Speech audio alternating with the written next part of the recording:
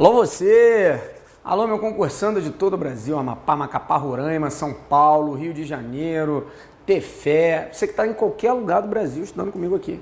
Vamos continuar a teoria do ato administrativo, porque eu costumo dizer que toda vez que a gente tem a oportunidade de mudar a tua vida, é lindo demais. Tudo bem, as matérias são complicadas, são difíceis, por vezes são cansativas, mas é assim que você vai conseguir chegar onde eu estou, onde o Daniel está, onde os outros professores que dão aula para vocês estão. Nós somos servidores públicos o quê? Federais. E passamos em vários concursos, mas sempre através do esforço. Então abraça essa ideia e vamos que vamos. Fé, força, respira, que vai dar certo. Sempre dá certo se você tiver o quê? Vontade. E antes de começar essa aula, eu vou deixar uma frase para você.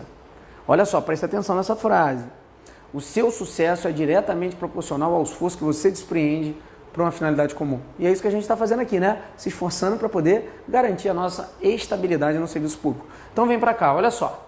O que eu estou trabalhando para você? Depois desse gás gostoso aí que eu dei, né? É um gás bacana, você acorda, lavou o rosto, tomou um café. Vamos trabalhar agora a teoria dos motivos determinantes. Pessoal, essa teoria dos motivos determinantes aqui é uma conversa fiada, isso é fácil demais de entender. Olha só. A teoria dos motivos determinantes está dentro dos elementos, mas mais principalmente dentro do elemento motivo do ato discricionário. Para que eu refiz o esqueminha para você? Só para você lembrar que os três primeiros elementos, competência, finalidade e forma, obrigatoriamente são o quê? Vinculados.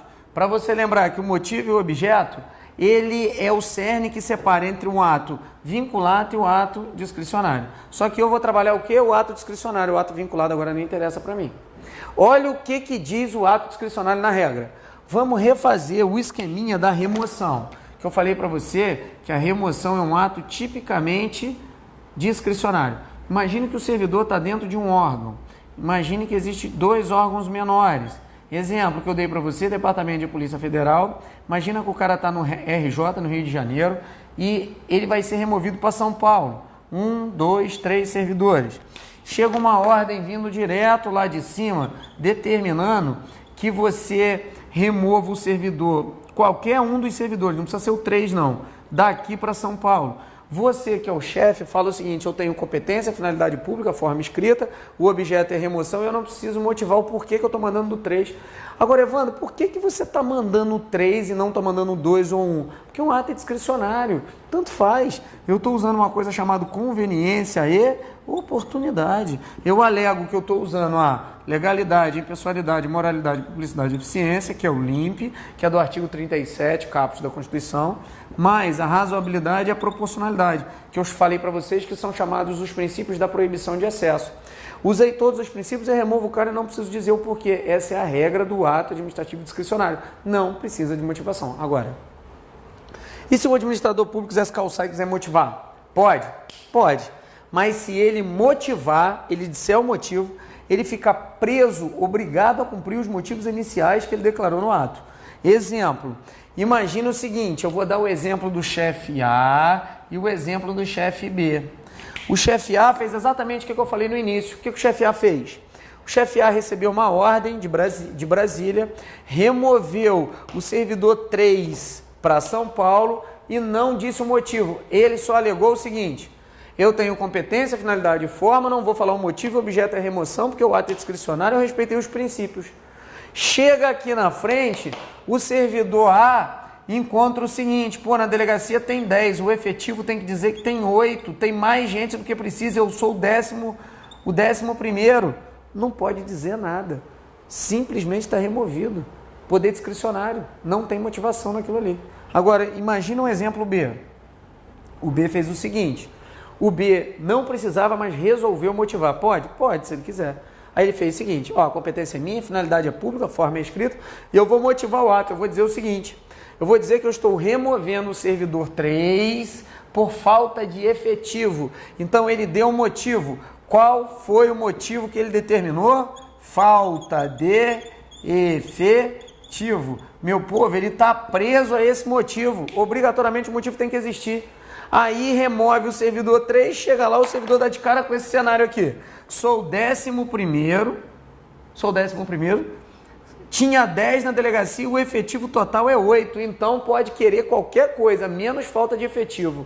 Ele pode simplesmente alegar que o ato é inválido, alegar anulação do ato. Por quê? O administrador motivou uma coisa e chegou lá, era outra coisa totalmente diferente. Não pode ratificar, não pode mudar esse ato, tá? Não pode chegar lá e falar assim, ah, não, mas tem que ter necessidade de serviço, não interessa. Ele fica preso, ele fica vinculado aos primeiros motivos que ele declarou no ato, que ele exteriorizou aqui. Então, teoria dos motivos determinantes. Bate aonde? O que é a teoria dos motivos determinantes? É que a competência, finalidade, forma, motivo e objeto, mais especificamente o motivo, que é do ato discricionário, pode ou não ser motivado. Mas, se o administrador resolver motivar, fica preso aos motivos que ele declarou na exteriorização do ato. Não pode estar contra. Dei o exemplo ali do quê? Da remoção. Removeu o cara dizendo que era falta de efetivo, chegou lá, tinha mais gente para trabalhar do que o que precisava. E aí, o que faz? Simplesmente, o próprio agente pode pedir o quê? Para voltar e invalidar o ato, porque não existiam os motivos determinantes. Agora, vamos trabalhar do outro lado do quadro ali, o atributo do ato administrativo. Olha só, na verdade, existem 4 atributos. 3 são principais, se cair na prova, mas se cair um quarto também ele está certo. O quarto só a Maria Silva Zanella de Pietro diz no livro dela, mas a gente vai tentar não, né? A gente vai conseguir colocar na sua cabeça como você vai fazer para acertar essas questões. Mas vamos trabalhar um atributo por vez, para não dar problema na prova, porque isso aqui é a questão certa, correto? O primeiro atributo que eu vou trabalhar para vocês do ato é a presunção de legitimidade. Vamos entender aqui, olha só. Aqui tem alguns critérios e depois eu vou dar os exemplos.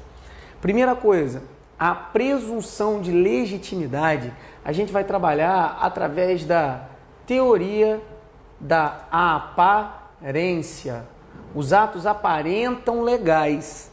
Mas essa presunção de legitimidade, ou seja, a presunção de os atos nascem legais, essa presunção é relativa. Ou seja, na tua prova pode vir trazendo iuris tantum, que é a mesma coisa que ser relativo. Aqui ocorre também o ônus da inversão da prova. O que é o ônus da inversão da prova? O que ela é ser relativo? O que é a teoria da aparência? Diz o seguinte, que o ato administrativo pode nascer com ideia, ele parece a olhos vistos que ele está com ilegalidade, mas não é você que vai dizer isso. A ilegalidade tem que vir do Poder Judiciário ou da própria administração que tem que declarar o ato nulo. Como é que funciona isso? Imagina a seguinte situação hipotética. Imagina que você que está em casa está respondendo o PAD. Ó, eu sei que tem várias meninas do meu Brasil aí que estão vendo aula também, mas agora a gente vai trabalhar esse exemplo para os meninos. Olha, eu vou até colocar o nome, imagina que você é o Eduardo que está em casa. Eduardo, que eu vi que tem lá no cadastro, lá tem uns 20 Eduardo que estão matriculados, tem até mais, uns 30 Eduardo matriculados. Então é vocês mesmos, Eduardos da vida, que estão aí do outro lado, sentado, assistindo a minha aula e me achando o máximo. Cuidado, hein, Eduardo, cuidado para não me achar o máximo, porque senão isso aí passa para outro nível, isso aí não faz parte de mim não, hein. Mas imagina só, Eduardo, você que está em casa, você responde um PAD. O PAD, você viu que existe, a comissão é formada por 3 servidores, o quê? De caráter estáveis. Aí você está trabalhando na repartição, primeiro componente da sua comissão de PAD é aquela namoradinha que você teve no primeiro grau. Sabe aquela namoradinha que você batia nela, judiava dela, chamava ela de um monte de nome? Então, tá ela lá trabalhando com você, é a sua primeira comissão de PAD. Segunda, aquela namoradinha que você teve no segundo grau. Aí essa época você não sabia se você ia para trás ou ia para frente, largou ela e arrumou um namorado. Mas logo depois você se consertou, falou, opa, essa daí não é minha vida, não tem problema. Chegou aqui o terceiro, foi aquela namorada que você arrumou no terceiro grau, você estava na faculdade já. Aí você disse assim, pô, não quero casar. E ela também não queria te largar. O que você fez? Pegou o contra-cheque, pegou o cartão de crédito dela e detonou ela. Caramba, você tem 3 pessoas que te amam na sua comissão do PAD. Olha que coisa interessante. Ô, meu Deus, dá para acontecer isso, Evandro? Dá para acontecer sim, meu filho. Aí acontece o seguinte, você comete uma falta passível de advertência, lá do artigo 116 da 8.112/90. Você quebrou um dos deveres que deveria fazer, passivo de advertência, tranquilo, você sabe o máximo que vai sair advertência. Não me pergunta como, Eduardo, mas sai lá do seu PAD, dessa comissão, uma orientação para o quê? Demitir você. Olha que interessante, olha só. A própria lei diz que o ato que você cometeu é de advertência e elas arrumaram um jeito de orientar a sua demissão. A pessoa que era competente para demitir simplesmente chegou e fez o quê? Puf, botou você na rua, demitiu você. A princípio, o ato parece ilegal, mas não interessa. Nasceu a demissão, mesmo ela sendo contrária às provas nos autos, ou seja, parecendo ser ilegal, mas todo ato da administração pública nasce com a teoria da aparência, ou seja, pressupõe-se legais os atos da administração pública. A administração pública está aqui, ela solta o ato.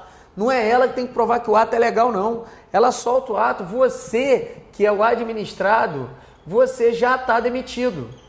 Você está demitido porque o ato é obrigatório seguir o ato. Acabou, você está demitido. E aí, o que você faz? Aí você vai ter que vir e inverter o ônus da prova. O que é a inversão do ônus da prova? É fácil. A administração solta o ato e ela não precisa provar que o ato é legal. Mas você que é o administrado, que recebeu obrigatoriamente aquele ato, vai ter que tentar fazer o quê? Inverter, e você vai ter que tentar provar que o ato é ilegal. Ou seja, não é a administração que tem que provar que o ato é legal. É você que tem que provar que o ato é ilegal. Aí você pode correr tanto para a própria administração, pedindo, por exemplo, uma revisão do processo ou um recurso administrativo, ou você pode pedir direto ao Poder Judiciário para que anule o ato por ser critério de legalidade.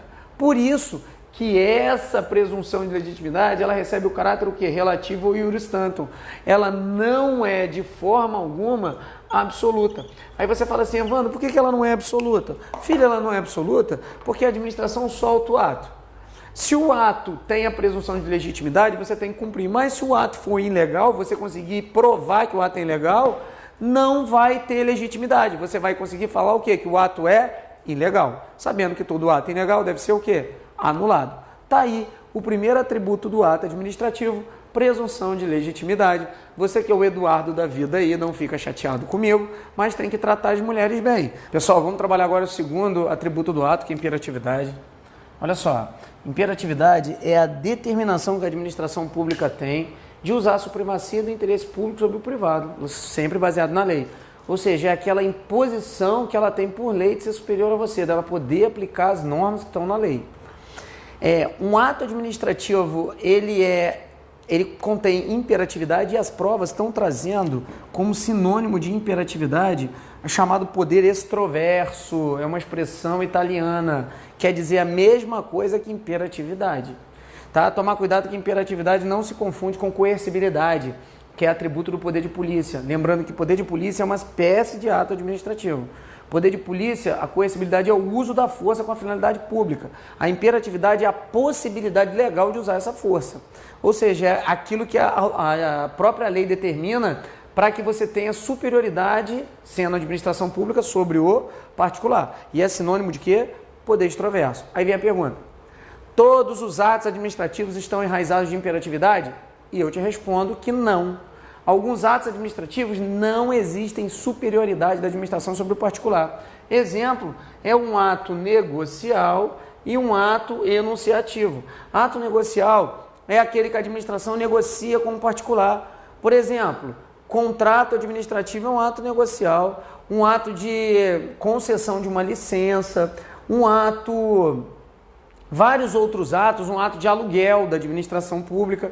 Isso aí não tem que você usar imperatividade. Por quê? Imagine que a administração pública está alugando um aluguel de um particular. Ela está querendo instalar lá o INSS, querendo instalar lá um órgão da Polícia Federal e está querendo alugar. Ela vai ter que negociar com o particular. Então não há de se falar em que usar a imperatividade. Ela negocia. Então, atos negociais não estão enraizados de quê? Imperatividade. Outra exceção são os atos enunciativos, onde ele enuncia um fato, um ato determinado que está dentro do banco de dados ou dentro da administração pública. Exemplo, uma certidão, uma declaração. Quando ela está, por exemplo, dando uma certidão negativa de débito, uma certidão negativa criminal, ela não está impondo nada a você, não tem imperatividade, ela está simplesmente enunciando, declarando alguma coisa, então não tem imperatividade. Na prática, o que você tem que aprender para fins de concurso público? Que a imperatividade é sinônimo de poder extroverso. verso do Estado. É uma expressão italiana e eles têm trazendo, dizendo o seguinte: é correto afirmar que o poder extroverso representa um dos atributos do ato administrativo. Você tem que dizer que está o quê? Que está certo. Você tem que dizer que nem todos os atos são enraizados de imperatividade. Exemplo, atos negociais e atos enunciativos, correto? Então você já sabe que atos negociais e enunciativos não estão enraizados de imperatividade, poder extroverso é sinônimo. Esse aqui é o segundo atributo, presunção de legitimidade o primeiro e imperatividade o segundo. Agora, pessoal, vamos trabalhar, continua aí comigo, vamos trabalhar o terceiro, autoexecutoriedade. Autoexecutoriedade. Pô, pessoal, esse é bem fácil, né? O conceito desse é fácil. É a faculdade de agir sem passar pelo Poder Judiciário. Você não precisa agir sem passar pelo Poder Judiciário. Só que o que acontece? Toda vez que eu jogo os atributos do ato administrativo aqui e eu tento passar a ideia técnica para os alunos, aqui no presencial eles sempre se confundem. O que eu faço? Eu dou o ato administrativo, dou uma espécie de ato administrativo, que é o poder de polícia. É uma das vertentes do ato administrativo, que é um ato administrativo de caráter punitivo, que a administração pune o particular, e aí a gente consegue enraizar tudo. Traz para cá comigo aqui nesse exemplo. Olha só. Imagine a seguinte situação hipotética. Imagina, você sabe que todo ato administrativo, ele tem que ter o COFIFOMOB, que é o que o COFIFOMOB? Falei para vocês que são os elementos ou requisitos do ato. E ele tem que ter também, eu vou abreviar do outro lado aqui, presunção de legitimidade, imperatividade e autoexecutoriedade. Esses aqui já são os atributos. Você sabe que tudo isso aqui é ato administrativo. Isso mais isso compõe um ato administrativo. Agora imagine a seguinte situação hipotética. Um ato administrativo que representa a faculdade do poder de polícia, ou seja, um ato administrativo punitivo. Eu tenho a lei, porque tudo tem que estar prescrito em lei. Eu tenho, por exemplo, a figura de um fiscal. Imagina que esse fiscal trabalha no município. Se ele trabalha no município, o município é ente da administração pública o quê? Direta. Se ele é ente da administração pública direta, ele pode soltar ato administrativo. Aí você olha lá e diz assim: fiscal, dentro da lei diz que você é competente, que a sua classificação é sendo fiscal sanitário. E você tem que ver se existem produtos estragados nos estabelecimentos. O fiscal sai para fiscalizar e ele chega no estabelecimento A e ele acha lá 1 tonelada de carne estragada. Se ele achou 1 tonelada de carne, ele vai e olha a lei diz assim: olha, dependendo da quantidade e da forma que você achar os produtos, você pode multar ou destruir ou suspender de 1 a 90 dias. Ou ainda, você pode fazer os 3 se for muito grave. É isso que a lei diz. Ele chega lá e se depara com 1 tonelada de carne estragada. Se ele trabalha na administração pública, ele tem que ter isso aqui, ó, os elementos e requisitos para soltar o ato. COFIFOMOB. Vamos dar uma olhada? Competência para fazer isso aqui está na lei? Tá, acabei de falar que a competência do fiscal é achar produto estragado e notificar isso. Finalidade dele, pública, forma, escrita, motivo. É um ato de caráter punitivo, ele está punindo alguém? Tá. Então, obrigatoriamente, mesmo sendo discricionário, por que é discricionário? Porque ele pode escolher ou esse, ou esse, ou esse, ou os 3. Está facultando a ele o objeto. Se está facultando o objeto, é poder discricionário. Mas se é de caráter punitivo, naturalmente ele tem que motivar, sendo que a regra do poder discricionário é não motivar, né, meu povo? Então, o que acontece com ele? Nesse caso aqui, ele vai ter que motivar, então ele motiva. Estou destruindo as mercadorias, que é 1 tonelada de carne, por ser um evento extremamente punido na lei, tal, e estou dando multa, destruição e suspensão de 90 dias de acordo com o objeto. Tranquilo? Então ele pegou o quê? Competência, finalidade, forma, motivo e objeto e concatenou todas as ideias aqui. E também ele está usando presunção de legitimidade, imperatividade e autoexecutoriedade. O que é isso, Evandro? Presunção de legitimidade. Meu filho, se ele chegar e disser que o ato é de multa, mais destruição, mais de suspensão de 90 dias, o dono do estabelecimento está multado, as mercadorias estão destruídas, mas está suspenso 90 dias. Vai o particular lá, que está obrigado a cumprir, e ele que ele chame o Poder Executivo para poder anular esse ato. Lembrando que a presunção de legitimidade não deixa o Poder Executivo agir diretamente, tá? Poder Executivo, meu povo, só trabalha de ofício. O que quer dizer isso? O fiscal vai, multa, destrói e suspende por 90 dias e o juiz estava dentro do supermercado e não concorda. O juiz pode ir lá e anular esse ato? Não, não pode, porque o Poder Judiciário só trabalha de ofício. O particular, que é o prejudicado, tem que entrar no Poder Judiciário, dar o impulso ao Poder Judiciário para que o Poder Judiciário anule o ato. Tranquilo? Imperatividade. Você já sabe que ele usou a imperatividade, que é a força determinada por lei para poder fazer isso tudo. E autoexecutoriedade. Eu pergunto para você, o fiscal tem que parar isso aqui, multar, esperar, ir lá no Poder Judiciário e pedir o juiz para destruir e um mandado de busca e apreensão para pegar tudo e suspender por 90 dias, ou ele faz tudo sem passar pelo Poder Judiciário? Ele faz tudo sem passar pelo Poder Judiciário. Isso é o atributo do quê? Do ato administrativo. Presunção de legitimidade, imperatividade e autoexecutoriedade. A autoexecutoriedade é bem fácil de entender, pessoal. Olha só, não existe a autoexecutoriedade para o particular. Um exemplo clássico. Você tem um carro que você não pagou o documento. Você passa na rodovia, o policial te para, ele apreende o carro. Ele faz isso diretamente sem poder judiciário. Ele não pede um mandado de busca e apreensão. Agora, se você comprar um carro e não pagar a financeira vai tomar o teu carro.